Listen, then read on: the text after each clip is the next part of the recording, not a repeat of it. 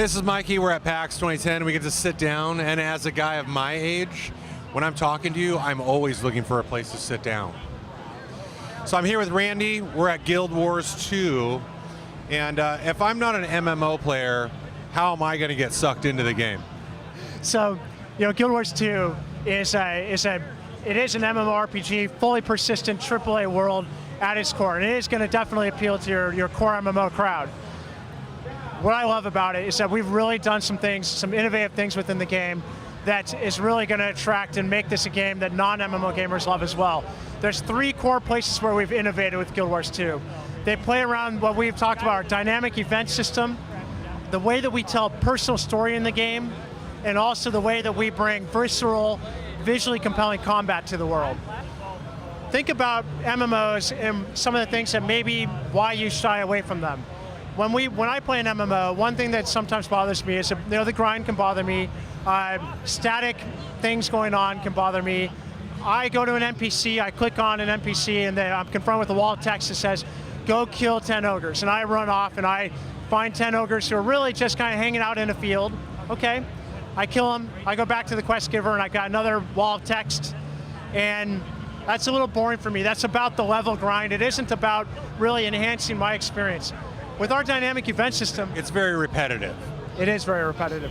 With our dynamic event system, what we do instead is that you see what's going on in the world, you hear what's going on in the world, and you as a player decide if and how you want to engage. And then how I engage and the results of my engagement chain onto new events that occur.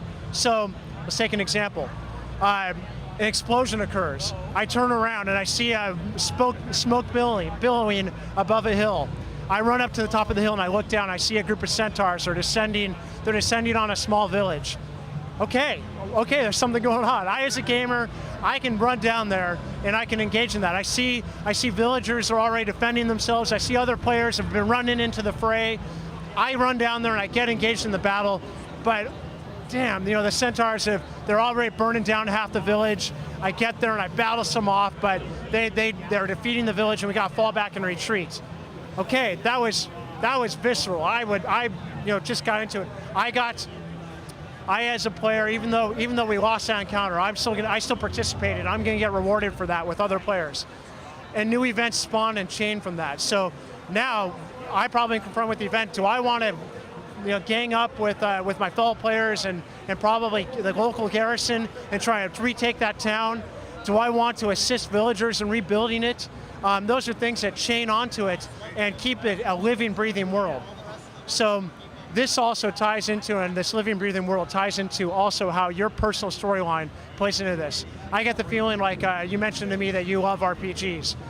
Guild Wars 2 and our personal storytelling brings the RPG element into what people kind of lose in your MMORPG genre.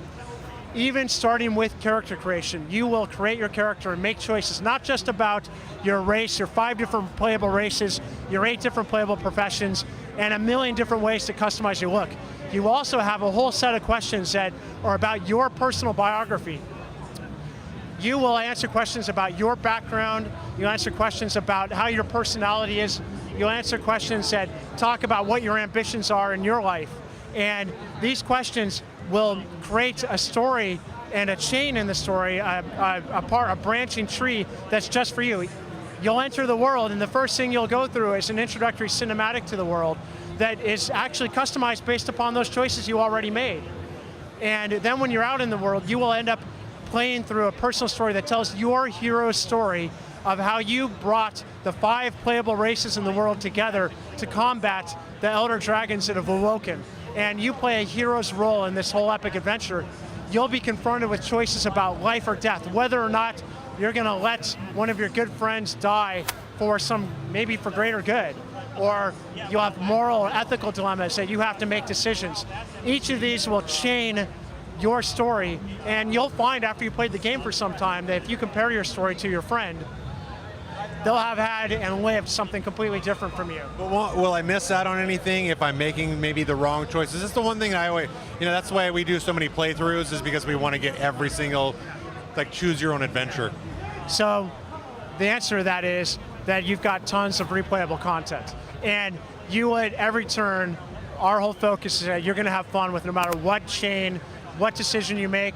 It's going to be a fun, rewarding experience. Yeah, you're going to see consequences, and you're going to have to live with those consequences. But it's going to be fun living with those consequences, and this builds into and ties into that dynamic, living, breathing world.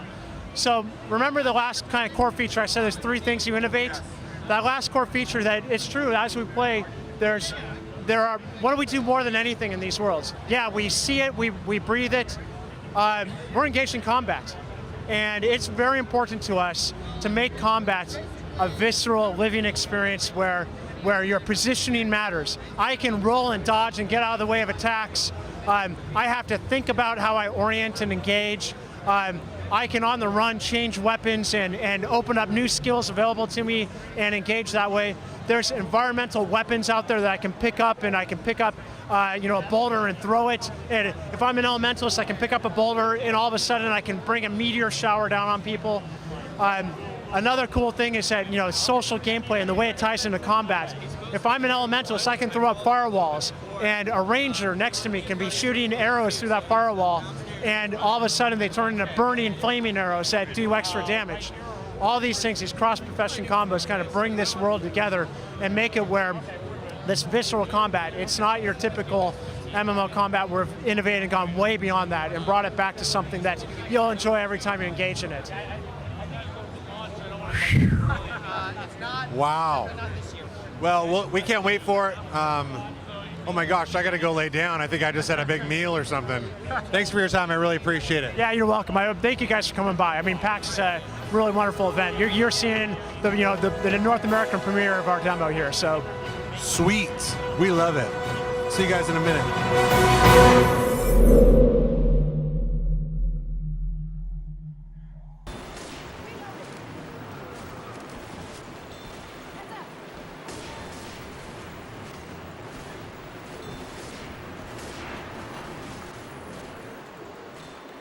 You guys getting hungry? Seriously, already? Yeah. Really? Whatever.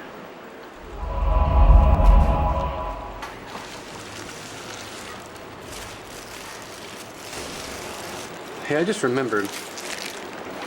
My car is really low on gas.